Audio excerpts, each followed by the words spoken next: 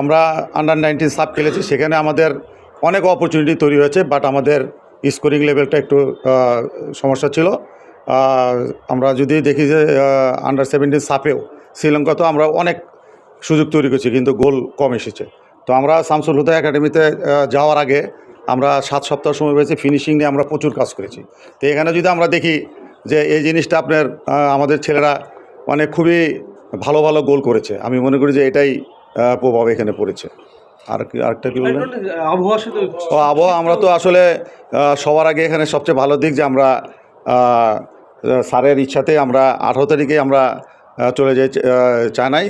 তো প্রথম 2-3 দিন আমার জন্য খুবই শীত ছিল, কিন্তু আমরা প্র্যাকটিস এবং ওয়েদারের সাথে খুব ভালোভাবেই ছেলেরা অ্যাডজাস্ট করে নেয়।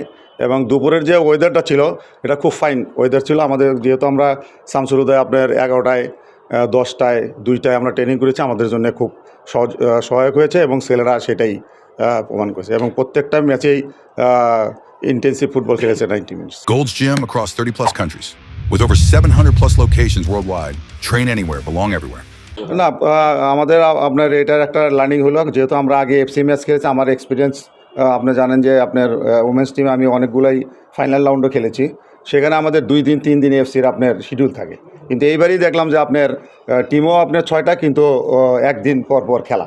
তো আশা করি যে আমরা এটা নিয়েও আসলে আমাদের কাজ করার আছে, এটা আমাদের ভালো একটা লার্নিং হয়েছে। সবচেয়ে ভালো দিক স্যারও যেটা বলেছে আমিও বলবো যে আমাদের আসলে আমার এখানে 11 মাসের মতো আমি কাজ করছি। তো ছেলেরা আপনার প্রথম টুর্নামেন্ট থেকে দ্বিতীয় টুর্নামেন্টেই তারা ইমপ্রুভ করছে এবং দ্বিতীয় টুর্নামেন্ট থেকে তৃতীয় টুর্নামেন্টে তারা আরও র্যাপিডলি ইমপ্রুভ করছে। এটা হলো ভালো দিক, যদি আমরা এভাবে কন্টিনিউ করতে পারি এবং স্যার যেভাবে সহযোগিতা করে যাচ্ছে সেটা যদি হয়, আমি আশা করি যে সামনে আমাদের ফুটবল অনেক ইয়াং ট্যালেন্টেড বেরিয়ে আসবে।